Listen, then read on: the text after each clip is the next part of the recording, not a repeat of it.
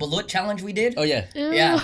Have you ever eaten I balut? would never eat that. No, that's disgusting. You know, okay, no, trust me. Some of them are worse than others. Like some of them, you actually see like the bird and everything, like the whole body, and then others are like you don't see anything.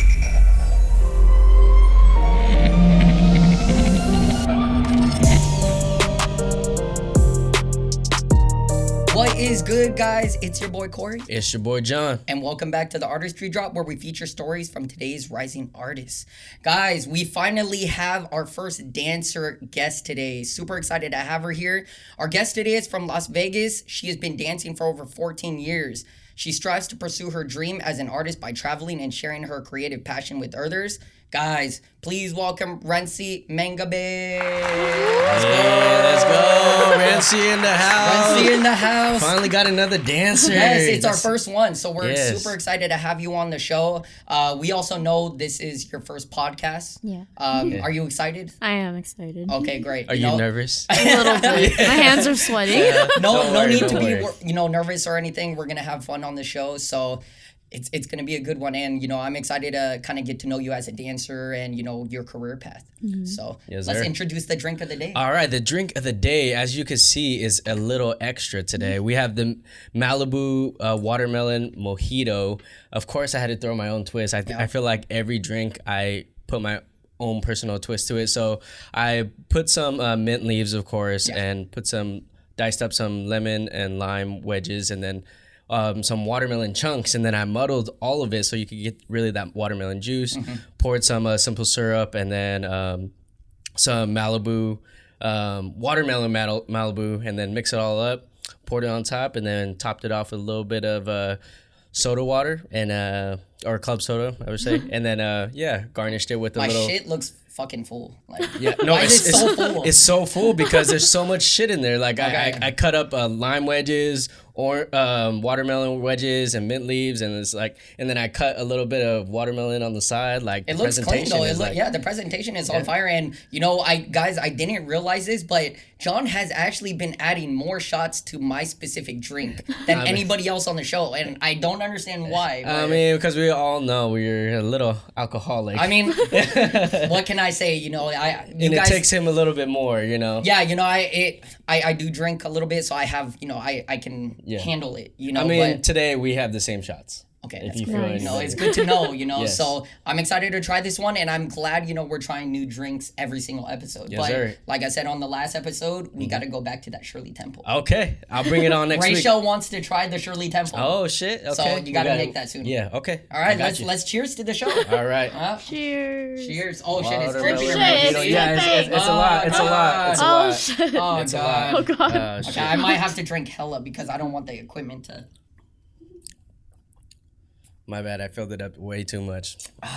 But what you think? Ooh, that's refreshing though. That's pretty good. Yeah. That's refreshing. Okay. Damn, now we got to clean all this up, but we'll do that after. Yeah. All right, guys. So, like I said, super excited to have our guest on today. So you're originally from Las Vegas. Yes. Were you born and raised there? No, I was actually born in the Philippines. Okay. But when I turned 1, I came here to the U.S. with my dad. Okay. Was there a specific reason why your dad wanted to move to the States, or did he get a job here? Or? Not really. It's just because my whole family's from the Philippines, and then my dad met my mom. They're actually not together. Oh, they're okay, totally gotcha. separate. They just dated, and I happened to be born, and then my dad decided, I'm gonna take her with me to the U.S. and that was kind of that. Okay, have you been back since? No, I actually had been planning. I don't know when, but because COVID happened. But I want to be able to visit the Philippines soon, to see where I came from and visit my hometown. Yeah. I think that would be really cool. No, exactly. I don't know if you know this. I'm half Filipino as well, and I've been wanting to go to the Philippines since I was a kid as well, and I've never had the opportunity yet. My dad has been talking about going back to the Philippines because he hasn't been back since he was 11 or 12. Oh, wow. So, I'm also hoping we can go as a family soon enough.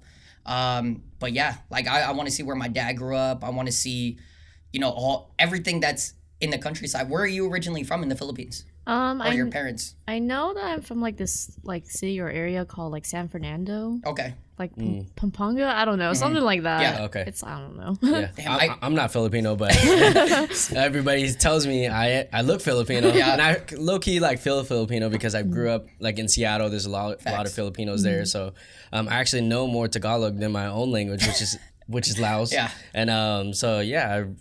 I felt really welcoming to the Filipino community, and here we are. Yeah, no, and you know, like I said, I've always kind of considered you like Filipino as well. Yeah, me too. Like I'm half white, half Filipino, but I consider myself like full Filipino because I really take the Filipino side of me. Like majority of my friends are Filipino, Asians, but of course that white side of me comes out where it's like I love American food and you know that's what I crave sometimes. You know, do you love Filipino food or? I do. I just like Asian food in general. Yeah, honestly. Yeah, exactly. What's your favorite Filipino dish? I mean, I feel like because like at home my family makes it consistently because it's usually what I eat. Because I'm actually a very picky eater. I don't like spicy food or vegetables.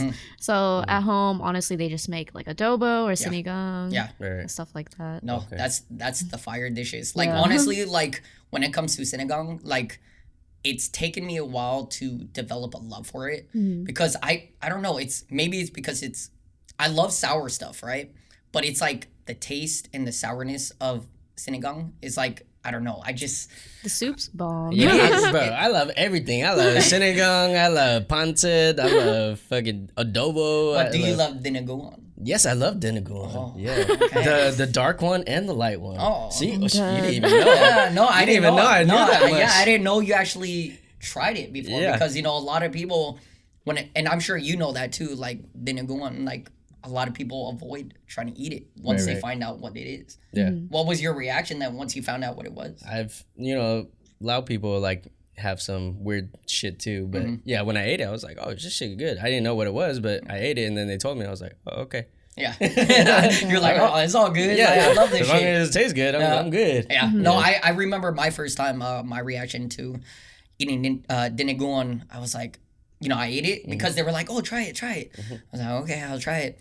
And then once they told me, oh, pig's blood, I was like, what? Like, oh, hell no, like. In Lao, we actually have this thing called purple rice. So it's like sticky rice that you eat with your hands. Ube rice? It's not. It's actually with pig's blood too. Oh, it is? Yeah, they marinate it inside this like pig's blood. So when they give it to you, it's like purple. But it's actually really good. It's like sweet.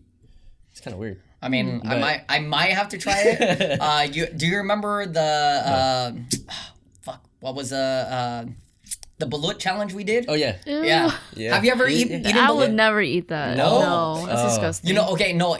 Trust some me, of them are worse than others. Like some of them, you actually see like the bird and everything, like the whole body, and then others are like you don't see anything. It looks like nothing. So you know what? Going back to that, like.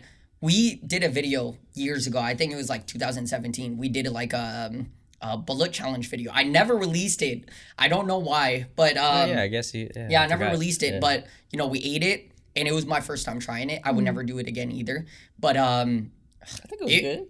Kind of. I don't eat it on the regular, but like it was okay. The juice was good. But the juice was good. Like she's like, no, you know what? So my dad was the one that was showing me, because growing up, I see him eating balut, and he was like, they doing a tutorial for me. So you crack this, then you suck out the juice, and then I'm like, okay, let me try the juice. The juice is actually good.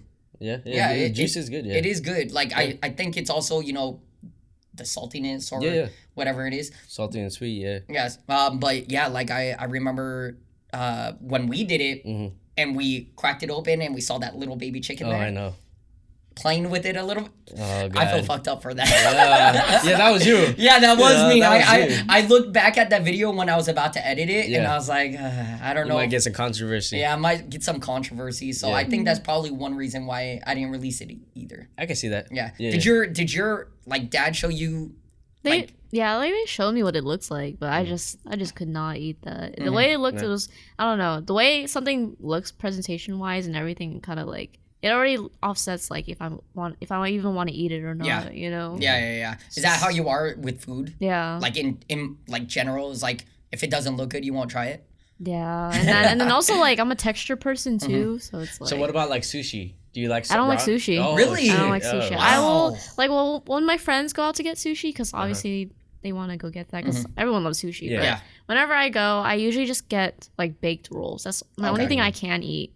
So as long as it's baked, I don't like anything raw. Damn, that's Damn. crazy. No Like, oysters either. That's so nasty. Oh shit. so do you not like seafood? I don't really like seafood. Ooh, Yeah. Damn, that's crazy. that is. Like, I would say, like, of course, I'm not gonna hate on you. Like, that's probably one of the first Filipinos I would say I've met that don't like seafood. Oh really? Ah, it's crazy. Yeah. What is it about seafood that you don't like? Is it texture mostly? It's the texture. Yeah. Yeah. It's Yeah. just- I don't like how it looks too, and just how it tastes in your mouth. We might have to have you come back for a challenge podcast. Oh my god. Where She's not gonna we- eat seafood.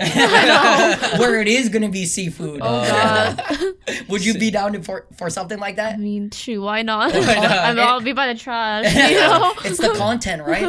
No, Yeah. I'm just Would. playing. Yeah, no, I mean, wouldn't like do I that. said, I understand because the texture of when we first tried Balut was super weird. It was. And I remember that, like, trying the egg part, the white part. It was like rubbery. It was hard. I was like, oh god, it makes me want to throw up. Yeah. You know, so I understand that side of what you're saying. So definitely not gonna hate on you there. But let's get back into Rhency. How do you like? We sometimes on this podcast we Yeah. go a little A little tangent. yeah, we go on a Yeah. little tangent. We get a little, out of hand and stuff like that. But let's get back to her. How do you like living in Vegas? I mean, it's cool. I mean, I've, pretty much lived there my whole life and stuff, but I feel like it gets tiring and Yeah. boring and like, especially being in a city where it's like, you want to be 21 plus, and Yeah. so you can do all these things, Yeah. gamble, go party, clubbing and Yeah. stuff. I mean, I feel like Vegas is nice when you come during the right times, like fall or spring, because the weather is really, really nice. Facts, but yeah. once it's like winter or the summer, don't even come to Vegas. Cause, Really? Because obviously in the summer we're at 120. Yeah. Yeah, it's too hot. That's so hot. No, but what about you said the winter? the winter? We dropped down to the 30s.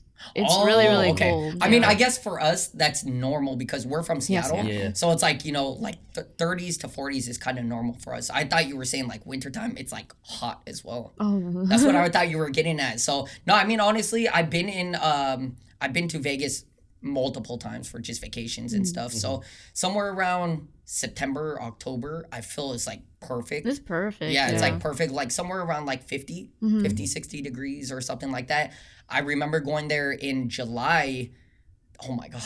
That was the worst. It's worse than here. Like, honestly, like, I remember I went with my family and it was like what you said, it was about 120. Oh my God. I could not handle it. Like, and the other thing I don't like about Vegas is it's all dry heat. Yeah.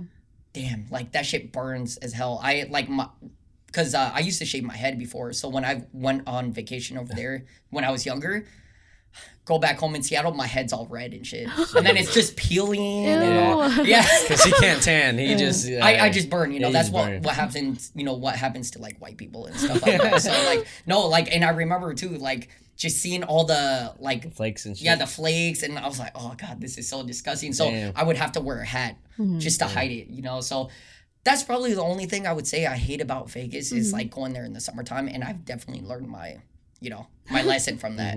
So, when you went from the Philippines, did you, or when your dad brought you guys to the States, you went to directly to Vegas, or? Yeah, I think so. Cause I mean, I remember like small glimpses of my childhood where we lived in different areas. Like momentarily, I did live in Pennsylvania at one point. Oh, okay. And then I also lived in Sacramento too. And then that's kind of all that I remember other than that. But Yeah. pretty much just Vegas. Okay. Okay. So, like, since you live in Vegas, like, I want to know if this is a stereotypical kind of thing. Like, when you live in Vegas, do you tend to hit the strip a lot, go to the casinos and stuff like that? Or is it like you only go there when you need to? Yeah, pretty much when I need to, or like, I mean, so like whenever my friends come visit into town, obviously everyone just wants to go to the strip because it's like the main attraction. So Right. I'll obviously just like be there most of the time. But even then, like where I work and stuff too, I work right off of the strip, and that's kind of where all the money comes in anyway because of tourists. Yeah, you know? yeah. So. Yeah, no, only reason I ask is because, like back home in Seattle, we also had this talk on the last episode. It's Right.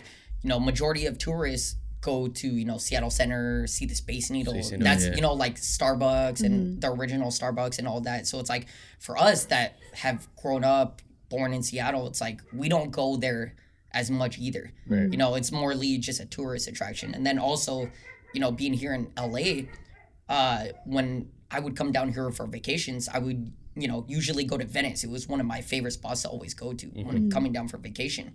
But now I live here, you know, we've been here almost 3 years. I never go there. And it's still one of my favorite spots. And I only go there when we need to. Yeah. You know, so it's definitely it's understandable, you know, like how I don't know. I just thought it was like when you live in Vegas, it's such a hot spot. Like to go to the Strip, there's You so might much want to like avoid it when when Yeah. you actually live there. yeah, You know? exactly. Yeah. You know, so that's totally understandable. Now getting, you know, let's get into the dance stuff. Let's get into your career. Like, how did you originally get into dance? So when I started dancing, it was actually when I was in middle school, so like sixth, seventh grade. This is actually when ABDC first started. Oh, This is okay. like, you know, Jabberwockies, the very first season, and during that time period, it was just like, oh wow, that's like super cool, you know. Like I was watching it, and at my middle school, we had like, you know, the dance team, cheerleading, stuff like that, and I just always thought it was super cool, you know. And it was like, Yeah. and I've always felt like I was always artistically driven somehow because I was always into art or music. So I was just like, like what if like dance could be a thing for me, you know? And so one day, you know, my middle school team had a tryouts, and I was just like, let me try out for it and see what happens. You know, it doesn't hurt to try. Yeah. And then I tried out, and you know, I made the team, which was crazy That's because I was dope. like, That's dope. I didn't think I was going to, you Yeah. know. But then like after making it, and like, you know, the coach even telling me like, you're like, you have potential pretty much. And I was like, oh, that's crazy, you know. Right. And then from there, I just like it obviously started off as like a hobby thing in middle school, but then Right. I grew into like passionately like loving it, you know. Right. Yeah. Yeah. I started dancing around the same time too, like ABDC and stuff. Like when the Jabberwockies came on, I was like so inspired. I actually, you know, back then I didn't know how to dance or anything, and I was like copying their routines and posting it on YouTube. It's kind of cringe like looking back at it. But like that built my foundation to like venture into dance. And then eventually, you know, I put a crew together, and then we performed at talent show, and we started performing at all these events and stuff like that. So like, yeah, that push of ABDC, I felt like it changed a lot of people for sure. did. Yeah. Did you perform like in talent show at your high school or In anything middle like school that? I did, Oh, yeah. in middle school. Yeah. So did you dance at all in like high school as well, or? In high school I did, because that's when like, so basically, because I used to dance with a team back at home. It's called Higher Ground, formerly known as like High Profile Ground Zero. Oh, okay. But yeah, in middle school, so when I was in 8th grade, because you know how like after 8th grade, that's when you move on to high school. Yeah. Right. My choreographer or the director of the team during that time didn't want to like lose us because he really liked our team that we had. So he decided to make an actual junior team, but in an actual studio. Oh, So he okay. took us in. Yeah. So I basically went there, and then once I got into high school, like I started like basically showing off like our name more, like Ground Zero and stuff, the junior team, and like it just got like more well known as we you know grew. That's dope. Are you still with them now, or like what happened with the group? Well, so I mean, I've been with them like for like forever, but Right. I actually started going more solo as a choreographer Mm-hmm. in like 2018, 2019, just because like I mean, I love dancing on a team for sure, because like I'm definitely like a team player. Like I like working with others and stuff. But then Yeah. I knew like at the end of the day, I didn't just want to be just like a dancer in the background, you know. Right. Like I wanted to stand out. I wanted to be unique. Like I want to be able to live my life with a purpose, you know. Right. So I kind of just felt like I want people to recognize me for what I have and what I can bring. Exactly. That's So dope. I started working more on like my own choreo, my own, what kind of style that really portrays me, you know. Right. And so I built on that, and then that's when I like started taking the steps to teach a class. And then once it finally became more official, like more people more like recognizing me Yeah. and telling me like, you should teach a class, like you should put your content out because Yeah. you're dope, you know. I started doing that.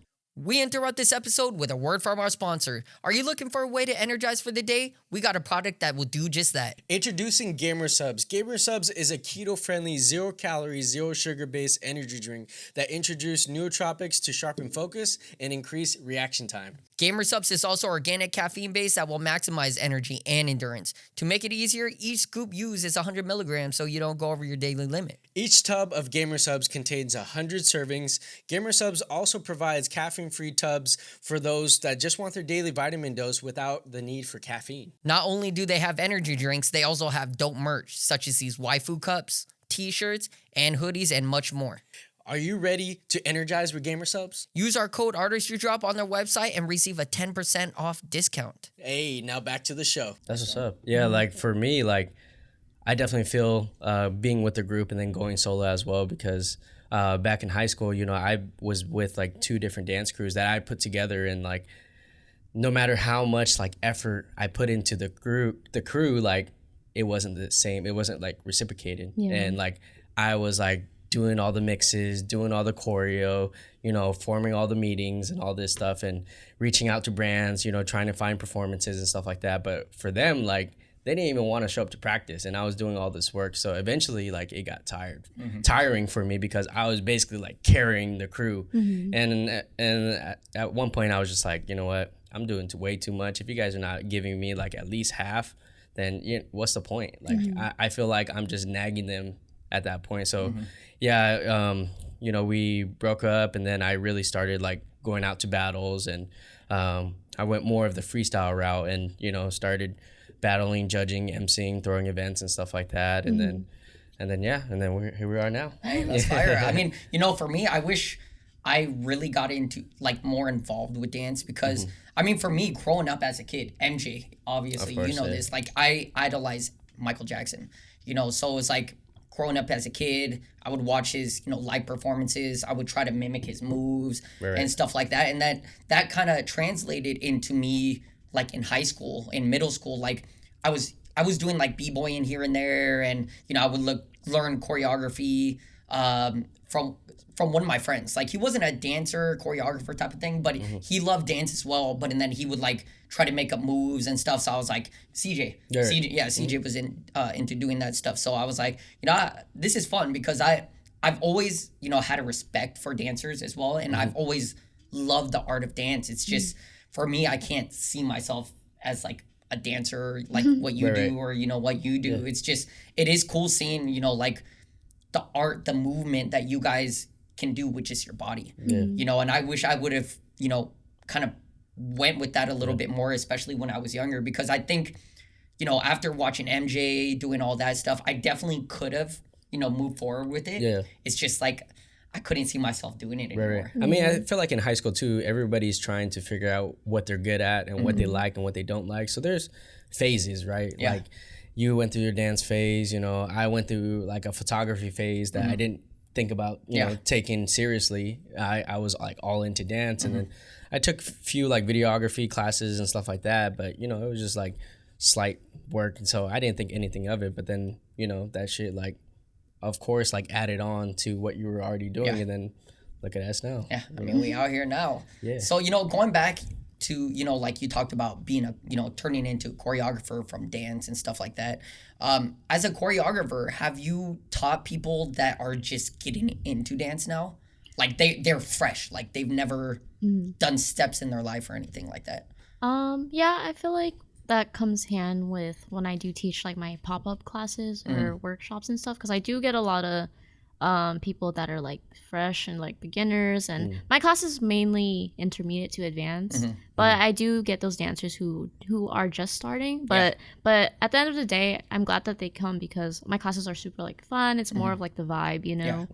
Do like I mean, I don't know how it works, but like with the dance world, but it's like if people can't do, because you know, I've seen videos of people just being hella stiff and you know, all that. Like, how do you help those people be a little bit more loose and you know, like try to learn the choreo itself without being so stiff and stuff? I feel like that comes with, well, again, taking more classes to help build like that foundation of what you can do. And then for me, like I'm very groovy based, so like I'm very much into like grooves and stuff. Like it really helps like I don't know, let loose of your body and like figure out what you can do, you know. What kind of tips do you typically give to somebody to try to, you know, get a little bit loose?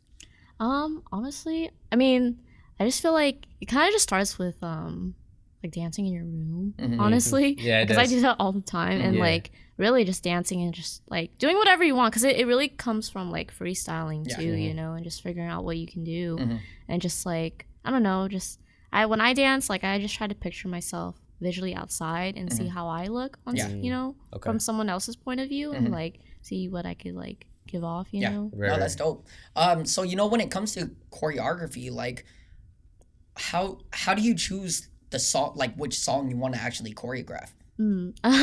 It's funny because like a lot of my song choices are very, because my style in general is very steezy, swaggy. That's like more of my my realm. But basically I don't know, because like a lot of my music and like my playlist on Spotify and stuff, like I'm very into like Bay Area LA type music, so it's very like I don't want to say ratchet, but it's kind of like hyphy and stuff, you know. Yeah. It's just something that like I don't know, because I go based off what I feel from that song, and if it brings out this type of emotion out of me, then I'll choose that song to make choreo to. Right. That's dope. Yeah, and that's something I definitely noticed, like looking back at your choreos, like you definitely have like that hyphy, hood, semi-ratchet type of songs. Is there something like about that like griminess and like that hard-hitting like beat that attracts you more to that genre than like R&B or something slower, you know, because it's mostly like up-tempo for you? Yeah. What do you think that like attracts you more to that kind of music than other genres? I think it's really just how it makes you feel, because for me, like the feeling it gets out of me is just like, I wouldn't say cocky, but it makes you feel very confident, you know. And that's definitely something I want to portray too, because like again, like I'm really small. I'm a small person, so it's like I don't want people to think like, oh, she's so small, you can just like do whatever, push her aside. But it's just like there's just so much more to that, and with music, it comes hand in hand with like my personality too. You know, I think the way you execute, I think is like almost comparable to like someone like Sori Yang.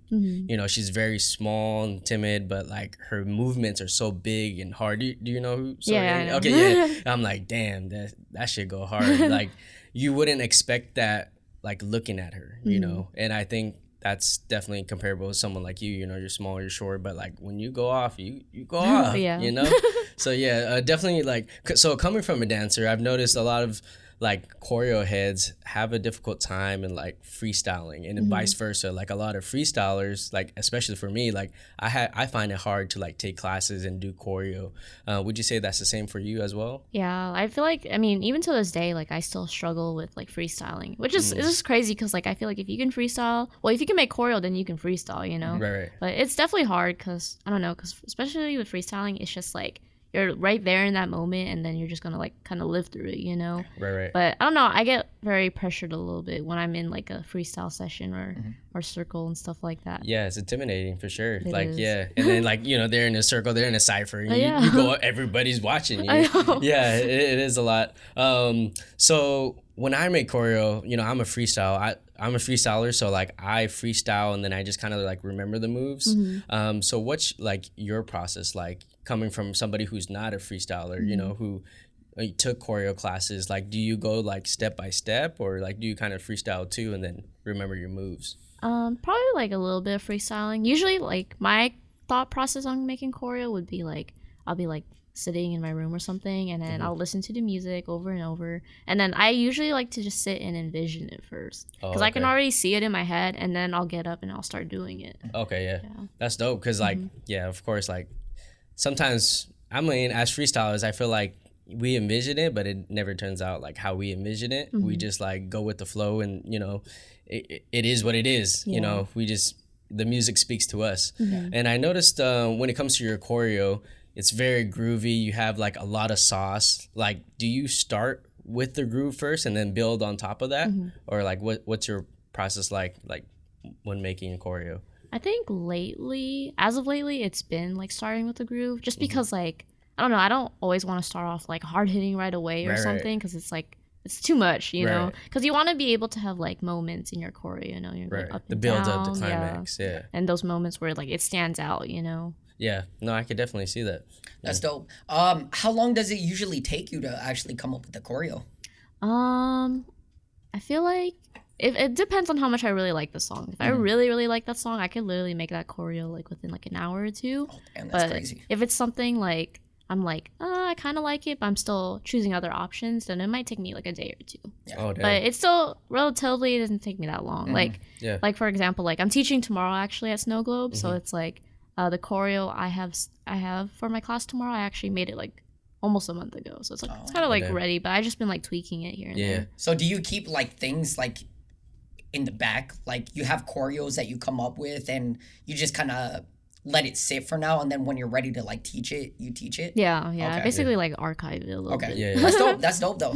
Yeah, that's crazy. I'm actually thinking about taking your class tomorrow, which is like my first class in LA. So I'm kind of like He's nervous. And I haven't took a choreo class in a minute. One thing that I find it hard is to like learn choreo like in a short period of time. So I'm excited to see how tomorrow works out. So I'll be there. But going on to the next question. Yeah, for sure. Going on to the next question, you know, I feel like I find it hard to like stay in the pocket for most of the time. What advice would you give to other dancers like me who find it hard to like stay in that pocket? In the pocket. Yeah. I guess we should first start explaining what is the pocket for. Yeah, because I have no idea. Who Puts it in the aren't pocket. Puts it in the pocket. Yeah, I have no idea. I mean, I feel like that term comes off of like, because when you see dancers like dance, so you can learn a choreo because a choreographer will teach you something, but then there's dancers who will basically express it but in different ways. So like they'll hit different textures from others and like differentiate themselves, you know. But I mean, like the pocket. Oh, it's a hard question, honestly, because it's like the pocket is basically what's gonna make it or break it for you. I feel like because it's what's gonna make you stand out, you know.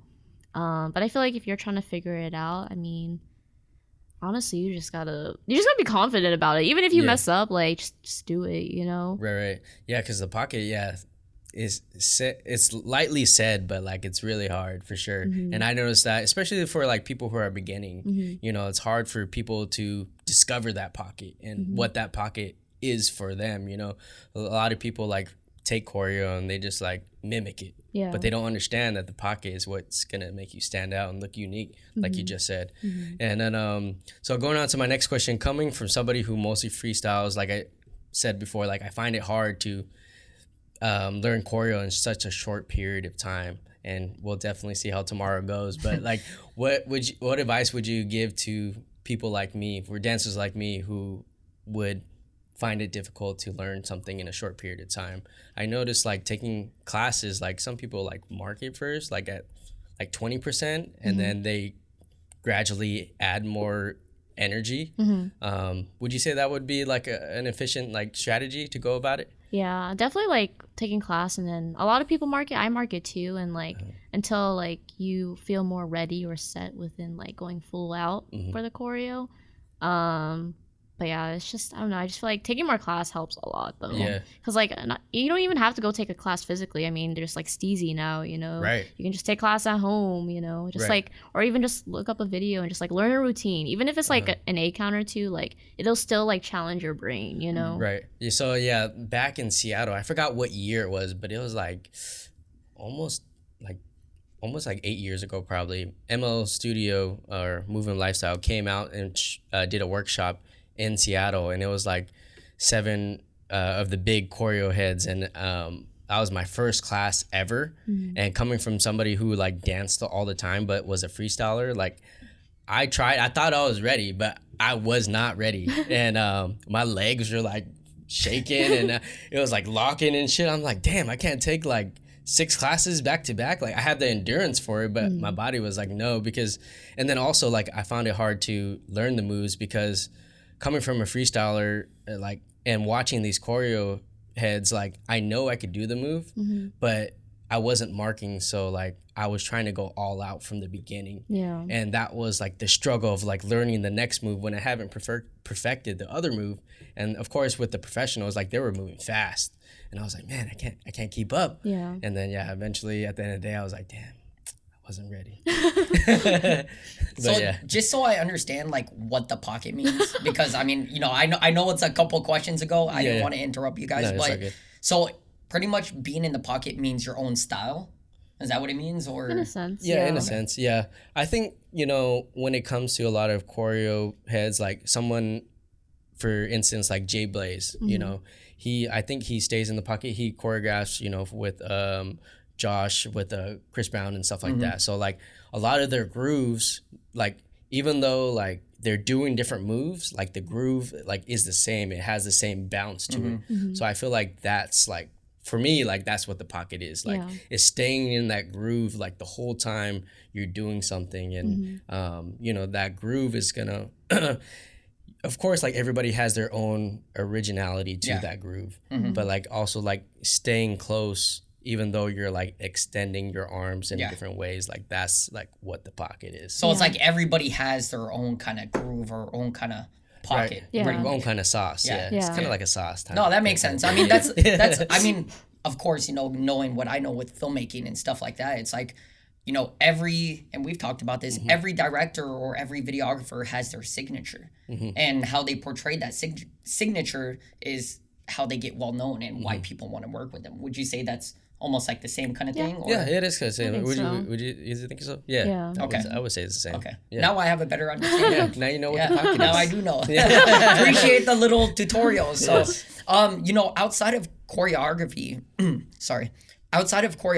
like, have you taken on like any dance gigs or stuff like that? I have like a while ago, like a few years ago, like I've done gigs back at home because we do stuff like flash mobs and stuff like that, especially because again, tourism. So do like flash mob gigs inside the casinos or like outside and stuff. But other than that, like, I mean, mainly no. I feel like it's fun because like obviously it is a gig, it's an opportunity to make money, do commercial stuff, whatever. But I feel like for me, why I dance is because I want to travel and make connections. That's dope. Well, knowing you have experience with like flash mobs, because I'm kind of, interested to know, I've watched a lot of flash mob videos on YouTube and stuff. How does that actually work? Like, do you guys come together as a group and then you're like, let's do this song, and then we're going to hit this spot?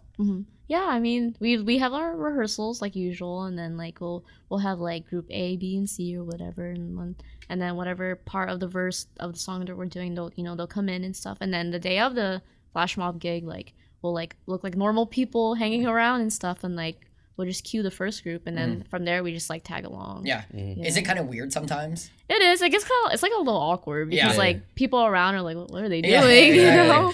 But then gradually, I feel like it's just better if the group is like really big, so hopefully it doesn't look very like awkward. Yeah, so they're not like just looking at you or like one other person. Or what's the biggest group you've probably done a flash mob with?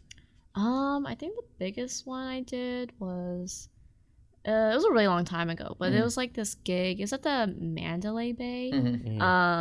It's to like a Bruno Mars song. I forgot what song, but it was like funny because like we just look like normal people like hanging out on the beach thing, and then out of nowhere our song comes on. We're like, oh, we have to start dancing, so we start heading towards like the water, and we start dancing in the water. That's still dope though. It was pretty cool. Cool. Are there specific reasons why you guys do flash mobs? Like maybe because I've seen flash mobs of people proposing to a girl or stuff like that. Like for the specific reasons you've done flash mobs, is what was the reason for it? I think the ones I've done were mainly just for like conventions. Okay. Yeah. Okay, that's dope. Have you done any Michael Jackson flash mobs? No, I haven't. But it's funny because actually one of my closest friends back at home works for MJ Live. Oh, so she goes on tour with all the shows for him. So does she do the MJ one?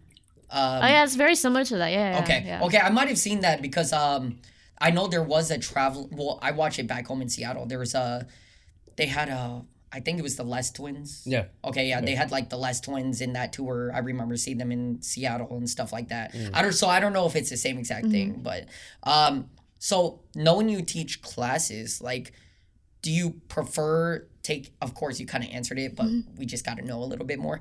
Do you prefer taking on more gigs or do you prefer teaching classes? Definitely teaching classes, just because like, I don't know, I prefer more in-person experience with like, I'm very like one-on-one with people, so it's like I want to be able to connect with everyone, especially with people who take my class. Like it's not just like, oh, I'll teach a class and then I forget about all these people, you know, because like obviously they're gonna like follow me on Instagram and stuff, and I do take the time to look at who follows me and stuff, and like they'll like mention me on their story or something, or they'll message me and they'll be like, thank you for class. Like I will go out of my way to be like, oh no, thank you for coming, you know? What about like live performances? Because I noticed like on your YouTube channel, it's like all classes. Do you prefer like classes over live performances too? Yeah, definitely classes. I just feel like it's more community and more comfortable, you know? Yeah. Knowing that though, like, would you dance backup for like a famous music artist? I would. It's so hard though because like nowadays, like, you know, they do require a certain look, a height, and all of that. Yeah. But if I were to be a backup dancer, I would want to be a dancer for like Sui, for example. She's really tight. That's dope. Okay.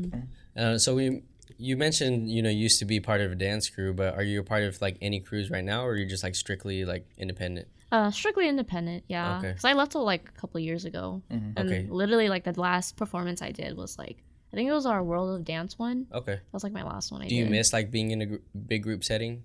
Sometimes I do, because like they're like my family, you know, and I do miss being around them and like kind of just like making fun choreos together and stuff. But I don't know, I just felt like at my stage in my life, it was just kind of like you did what you can and you learned what you can from there. Right. So now it's like time to move on. You know? Move on to the next chapter.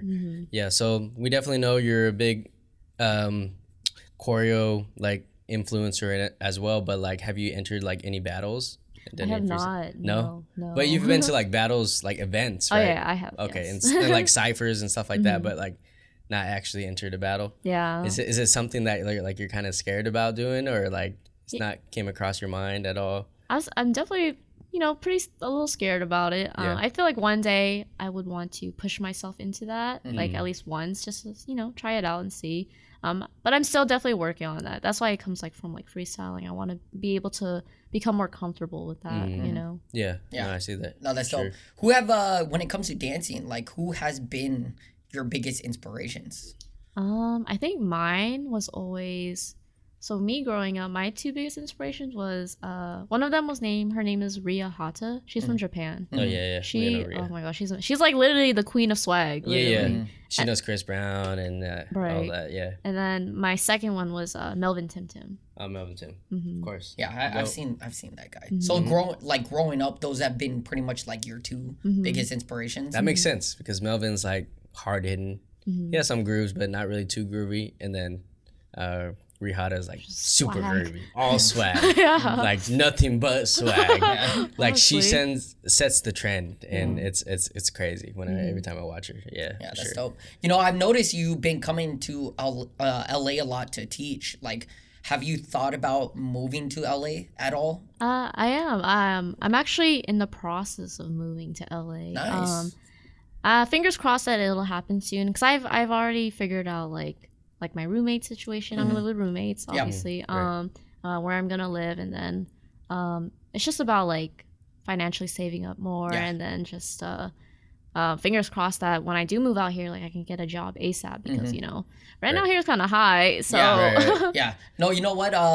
Just a couple tips too, because we've already gone through that. You know, like moving from Seattle. I mean, of course, Seattle's, you know, a lot further than LA, or, you know, versus you from Vegas. But like definitely, you know, start applying for jobs already, instead of, you know, waiting to get here, because at least, you know, like you would have that lined up already for you, you know. And then, you know, like, of course, living situation, having roommates is always going to help. The more roommates, the better, because you're going to save on rent. And what else would you say? Yeah, for sure. Like, you know, one thing that he did as well was like, you know, a lot of places when it comes to like moving into LA, like they didn't want to do any of the documentation, like when they know you live like overseas. They want you there in person. So one thing that he did, which I think was smart, was like, you know, he applied to many jobs, and while he still lived in LA.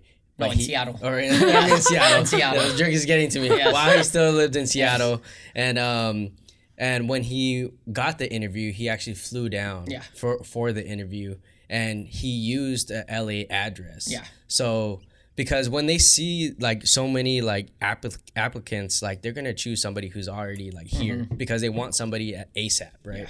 So if they see your Seattle address or Vegas address, they might not even look at you, you know. So if you could find somebody like that who you could use their address for, and then, you know, travel over, you know, because you already come here all the time. And then probably have somebody here that you could stay with for a little bit until you could find your own place. Because when I moved down, luckily I worked in the medical field, so they were okay with the transfer and stuff like that. So when I moved down, I stayed with a friend. Shout out to Celestine. You know, he held it down for me, and then I got a place within a week.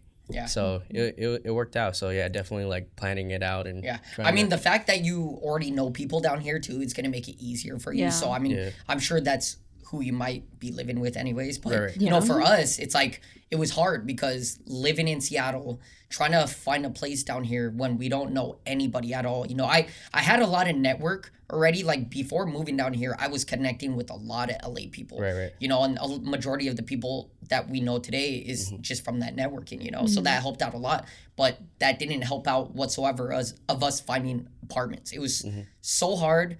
And you know, that's why luckily he got down here before I did. Because, you know, if we moved down here both together, it probably would have been harder. Definitely. It would have been way harder because who knows where we would have been living, you know. So that's why, you know, I like everybody listening, you know, or viewing, like definitely find a job first because it will be easier. So at least you have that income flowing in and you already be able to afford a place. And also, like he said, like what I did was use an LA address. If you can use an LA address, that's going to convince a lot of employers. They're like, oh, they live here. They can come work right away. And it's facts. Because, I've been trying to move to LA since like 2016. And, you know, I did get some interviews. And one interview, because I was still going to film school and stuff like that. But one interview, I actually did fly out here, stayed out here for a couple days. They offered me the position once I got back to Seattle, but they wanted me to be out there in the next week. I'm like, I mean, I can't do that. That shit's way too quick. You know, so I was literally packing up all my shit and was about ready to leave, but I was like, damn, like I don't know if I can afford a place yet because, you know, like I didn't save much money at all, you know, at all. And that's another recommendation, like anybody listening is like save at least $6,000. Down payment on a place, just, you know, and having that savings there is going to help a lot, you know. But like I said, I mean, for you, at least you don't live too far from LA versus us. It's like, it's a 25-hour drive, Oh my gosh. 2-hour flight still, you know, but it's still like, damn, like, I can't imagine if we didn't go through those steps that we went through when moving down here, what would have happened. You know, but now we're good. So, and it's different for you too because you come here all the time, so you have friends. You know, I'm pretty sure you already have somebody in mind who they're talking about. You know, you being their roommate and stuff like that. So it definitely might be easier for you, but for us, we didn't really know anybody, and you know, we had to sign a lease and make sure our credit is right and make sure we have down payment and all that. So it was definitely like a bigger struggle for us. But you know, I hope you don't have to go through that. I hope. No, I think honestly things will be a lot smoother for you because you already know people out here already. And like I said, I mean, I'd say just key is, you know, use one of your friends' address and you'll get a job immediately. Guarantee you. Right. So we talked about, you know, you coming and teaching all the time in LA from Vegas. If you can say it, like what would be your favorite, like what is your favorite studio to teach at? In LA? Yeah, in LA. Honestly, Snow Globe. Snow Globe? Yeah, just because it's so community based, you know, like everyone goes to Snow Globe, like especially during the pandemic when like all the studios were closing down. Luckily, Snow Globe was literally the only last studio standing. That's true. Yeah, they did it outside. Like the Kinjas had to close down, Emo's studio had to close down. So it's definitely, you know, they adapted to the time, you know, so they were definitely smart for that. And moving out here, being a dancer, you know, I've always wanted to go to different studios, and a lot of people were recommending me like Snow Globe because it's such a welcoming environment. You know, I've heard things about like Millennium, you know, that's where all the industry people go, so it's a little bit more intimidating. So that's not where you want to go, like for your first, when you're fresh starting out. And I heard like there's a long wait list there and stuff. So like that's crazy. So we talked about your favorite studios to teach at, but what's your favorite studio to take class at as a student? Like, would you say is Snow Globe as well, or? I feel like Honestly, it sounds so biased, but honestly, yeah, it's no go. Yeah, okay, yeah, because they bring out so many people. Like they're very like versatile. You know, that's true. Yeah. They know like everyone too, so Yeah. it's nice that at the end of the day, like we all come home to Snow Globe. You know? Yeah. We interrupt this episode with a word from our sponsor.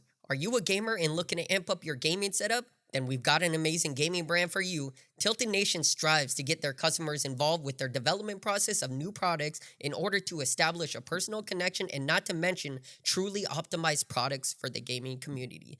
They want to go beyond developing amazing products and to lead the gaming community into a united community that works together. A community that pushes gaming essentials to unimaginable heights. They've hooked us up with amazing gear such as this gaming headset stand, mouse pads, and this awesome laptop RGB stand right below my laptop. And now they're hooking you guys up. Use the discount code Artistry Drop on their website, link below, and receive a 15% discount. Now back to the show. That is dope. Okay. No, that is dope. You know, you do travel quite a bit, you know, to teach choreography and, you know, have classes and stuff like that. Which city has been your favorite to actually teach at or travel to? I think as of recently, or like last year, 2021, it was Houston and Austin. Oh, Oh really? my gosh, I love Texas. Yeah. That was also my first time going out there last year because I actually went to Houston for the first time around my birthday last year too. And then I just like, I don't know what it is, but maybe like the Southern hospitality, but everyone out there is so nice. Yeah. And like on top of that, like it's actually more city-like. It's like, which I wasn't expecting. I mean, low-key, I was expecting like farms and stuff, you know, but when I went out there, it was really nice. And then everyone, again, it was super nice and they're very supportive. And like, even when I taught out there and like, I didn't know if people would even know who I was, but a lot of people came to my class too, you know. How was that vibe like different from like Vegas and like LA? You think it was more hospitality like in Houston? I think so. They're really, really nice. Oh, yeah, really? yeah. That's dope. I definitely want to go there once, you know, like somewhere just in Texas, honestly, because I've heard good things about like Dallas and, you know, all those places. So definitely one place I want to go to, you know, for vacation. We know you've been to Seattle. Oh, yes. And we're that's our hometown. Like, how was your experience in Seattle? It was really fun. I actually really enjoyed going to Seattle too, because I went in like I think 2019 or 2020. And that was my first class when I got brought out there because of, you know, Brandon or Nintendo or whatever. It was really fun. Like I feel like I also fell in love with Seattle because I'm very much into the gloomy rain weather. So like that made it better for me. And like everyone's like super chill and mellow. So that was really cool. That is true. I mean, you took her class, right? I didn't take her class, no. But you were there. My going away party was the same day as her class. Yeah. So we had a going away party and like all the dancers were there and then she was there. We met for a little bit. But, you were at the going away party? Yeah, she was. Yeah. Oh, okay. Okay, so I thought you actually took her class. Oh, no. Oh, okay, got you. I Okay. wish. That's why I'm taking her class tomorrow. I need some of that sauce. Yeah. You know? Yeah. So I mean, you know, how many states have you ever actually traveled to so far? So I've been to Cali, I've been to Seattle, I've been to New York, I've been to Texas, I've been to Chicago. I think that's pretty much it so far. I think on my next hit list would be like I want to teach in ATL. Okay. That'll be really fun. That could be dope. The DMV area for sure. Yeah. I've taught in New York too. I said that. I think I said that. Oh no, I think it's you getting missed too. that you missed that one a little bit. Yeah, you missed that one a little bit. God. No, but that's dope. Like, you know, aside from the places you mentioned, is there like one place or, you know, a few places that you really want to go to and just teach at, aside from what you just mentioned? I mean, I think my next big thing I want to do would be Canada, like Vancouver, Toronto, and then I am trying to teach out in Korea. Okay, Seoul, that's dope. That'd in be Japan. crazy. What about Philippines? I mean that too. Yeah. Yeah. Can't forget about the motherland, you know? Sure. Yeah, so that would be dope to see. I mean, like I said, you know, I don't do too much research on dance and stuff like that. Is it big out there in the Philippines or? I heard it's pretty big. Like from what I hear from like my grandma or my aunts, like because like singing out there is pretty big too, or just like even like acting and stuff. Yeah. They're just like if you ever go to the Philippines, you should try like auditioning for something or just to see what happens because Yeah. I don't know, I guess they take pride in all of No, that, you know what? So that's funny. We've talked about that so many times, and we literally talked about that on the last episode. But it was like, with my aunties, my uncles, and all them. They say if you go to the Philippines, you're gonna get famous. I know. And every single time they say that, and it's true. Like what you said, like they take so much pride, and it's just if somebody knows you're Filipino, they're gonna fully support you. Right. But I've also heard too, it's like it's easy to get famous there, but even to that point where it's like, okay, I mean, I could probably get big there doing, my filmmaking stuff or stuff like that. I wouldn't accept it because it's like what we had mentioned before. It's like you may get famous there, but once you get famous there, it's going to be hard to get famous here because you're already famous in a country, right? Like, do you think it would be the same kind of way? I think so, yeah. I guess it also just depends on where you start getting famous from. Like since I'm building my platforms here, like in the U.S., it's easier for me. And then if I were to branch off to another country, it would like 10 times better. Right. I mean, I guess I can see that. I never thought of it from that point of view. It was morely like, majority of the people I work with is here already. But it's like if I was to go over there and do any kind of work, I would be stuck there. And people will forget about me when I come here. You start all over pretty much. Yeah, you got to start all over. So I guess that's where my mentality comes from for that. But yeah, I guess I didn't really think about it like that, So, going back to your dance content, I noticed you haven't posted much like YouTube content versus like TikTok and Instagram. Do you think like IG and TikTok are definitely a better platform when it comes to like dance and choreography stuff?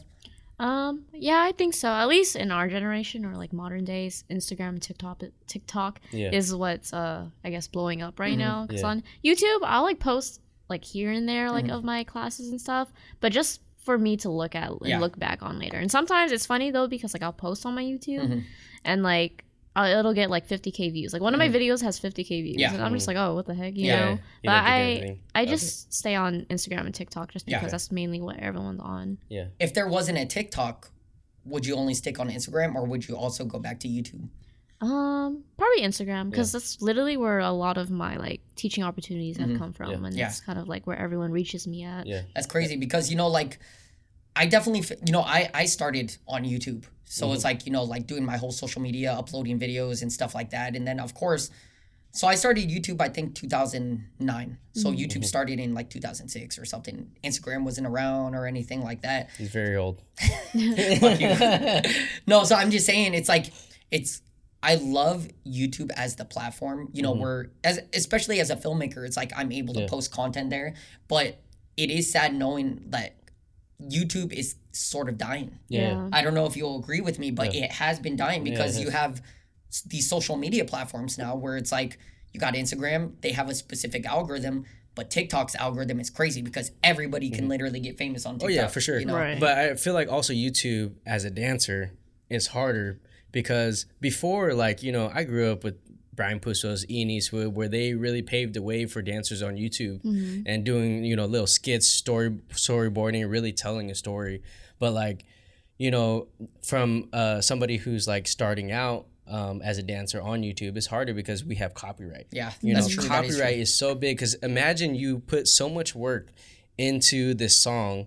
You made a storyboard, you did the choreo, you rehearsed people, you paid for a budget for a studio, and then you post it, and then it gets hit with copyright. Yes. It almost makes it like you don't want to do it. Yeah. So you revert back to Instagram, you revert back to TikTok because they don't have as strict of a rule as far as copyright. At least that's what my experience has been. That's why I stopped before, like when I was really dancing, like, that's why I stopped posting because I was like, man, I put so much work into this video and it gets taken down, and I try to do so many things to like, make it post, but it never does it. So it's a little different. You know what? I think we went through that because we did. I would film his like dance videos and stuff like that, and we didn't necessarily know what would actually be hit with copyright. So I think at one point, didn't we like we would take the song, upload it onto YouTube, see if there's a copyright. If there's none, then we would go ahead with the video. Right. Yeah. So we would upload it first to see if like it got any dings first, and then we would shoot the video. But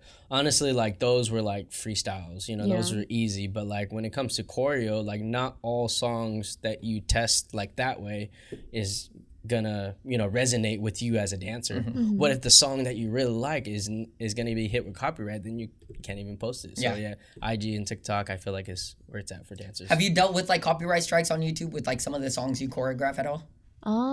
I don't think so. At least not at all yet. Yeah. So I mean that's good then, But like I said, I mean I definitely see. I just wanted to get your perspective on like TikTok and Instagram because of course dancers are blowing up on TikTok. Yeah. I feel like that's what TikTok is there for now, is like pretty much dancers. And, during the pandemic, I try to utilize TikTok as, filmmaking tutorials and, stuff like that. But it's so hard because everybody literally on TikTok is doing dances now. Yeah. So I definitely feel like TikTok is a great platform for dancers to like blow up and, do their thing. So yeah, I'm excited to, see your TikTok career and, explode. Talking about TikTok, have you landed like any big gigs from being on TikTok or IG at all?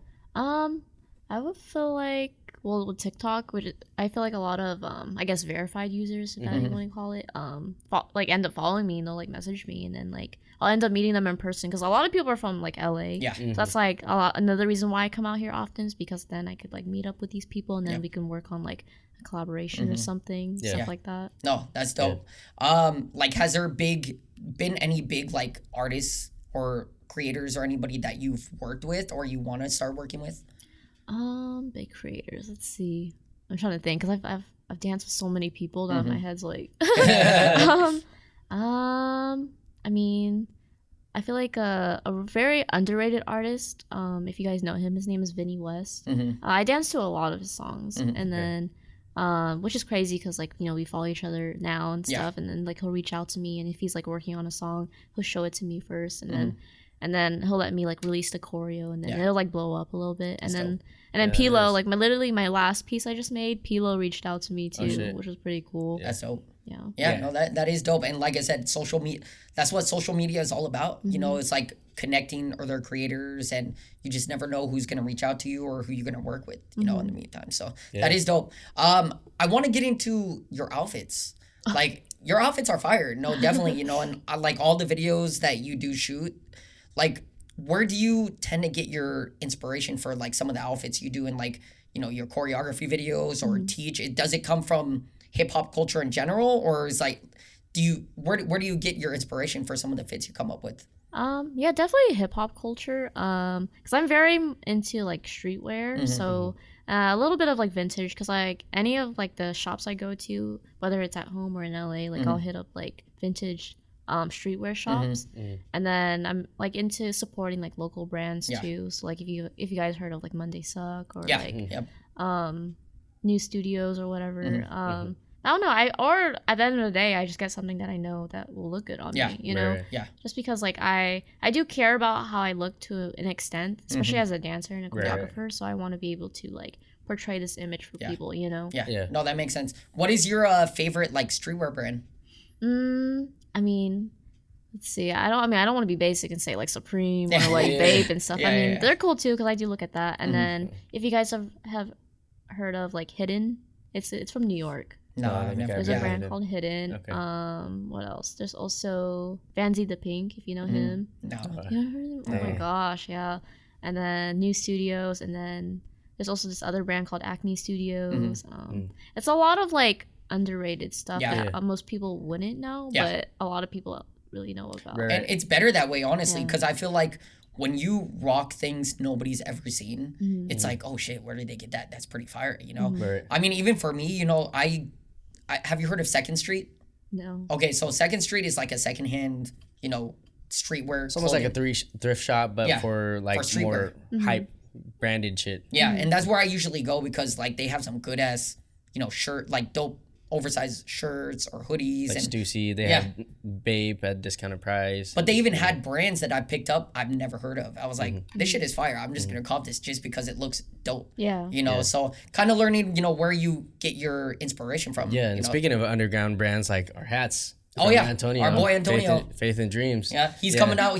I just saw he dropped like a jacket or he's working on it. Yeah. So, okay, that's gonna be fire. Yeah. So excited to see where he goes with his brand. We've also had our, Emerald Attire. Oh yeah, you Emerald Attire. Yeah, we've worked with a lot of brands. Yeah. Like upcoming brands for sure. Yeah, you mentioned new studios. I'm a big like hat guy, so I got a couple hats from them, and then I saw they reposted you one time, and I was like, oh, that's Rhency. And I was like, oh shit, yeah.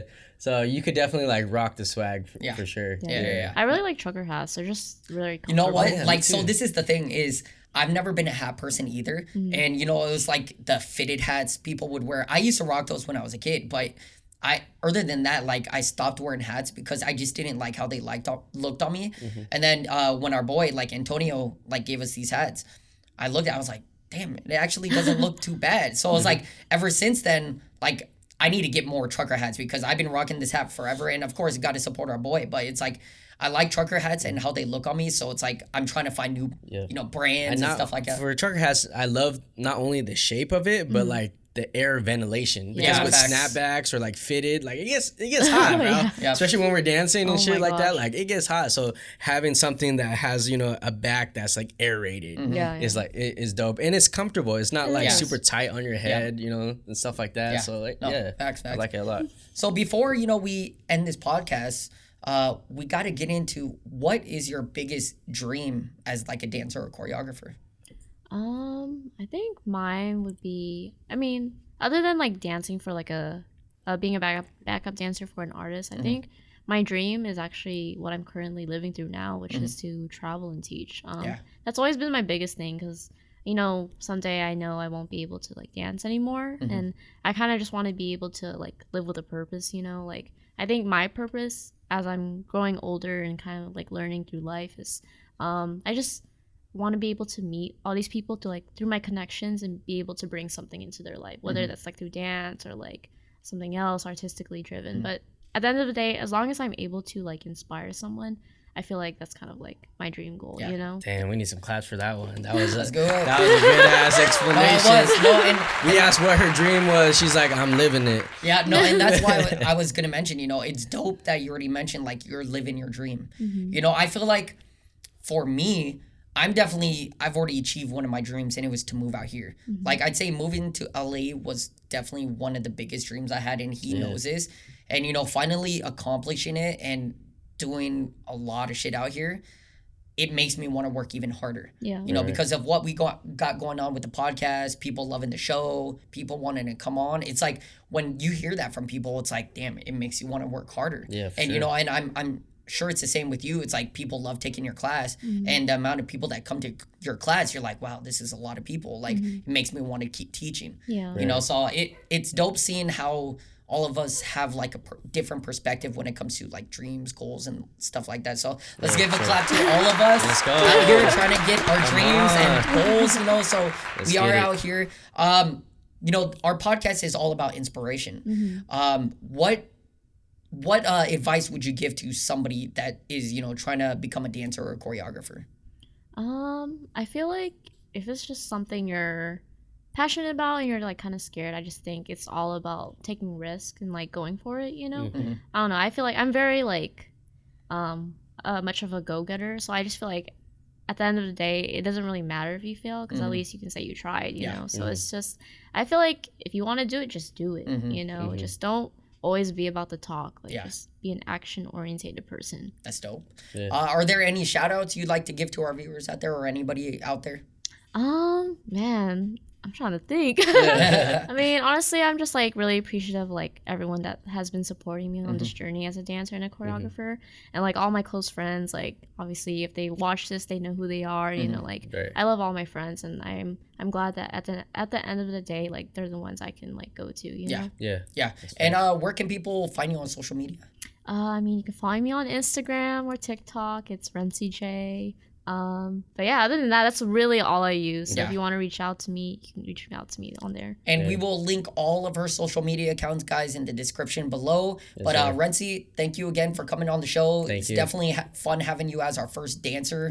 Definitely hoped we can get more dancers on the show and, you know, see where they are at with their career and all that. But yeah, guys, if you guys enjoyed this episode, please give us a thumbs up, drop comments below, subscribe to the YouTube channel. It's Artistry Drop. If you guys aren't following us on on Instagram, it's the Artistry Drop. And we are streaming all across major streaming platforms, Spotify, Google Podcasts, anywhere you get your podcast, guys. But we hope you enjoyed this episode, and we will see you guys on the next one. Peace.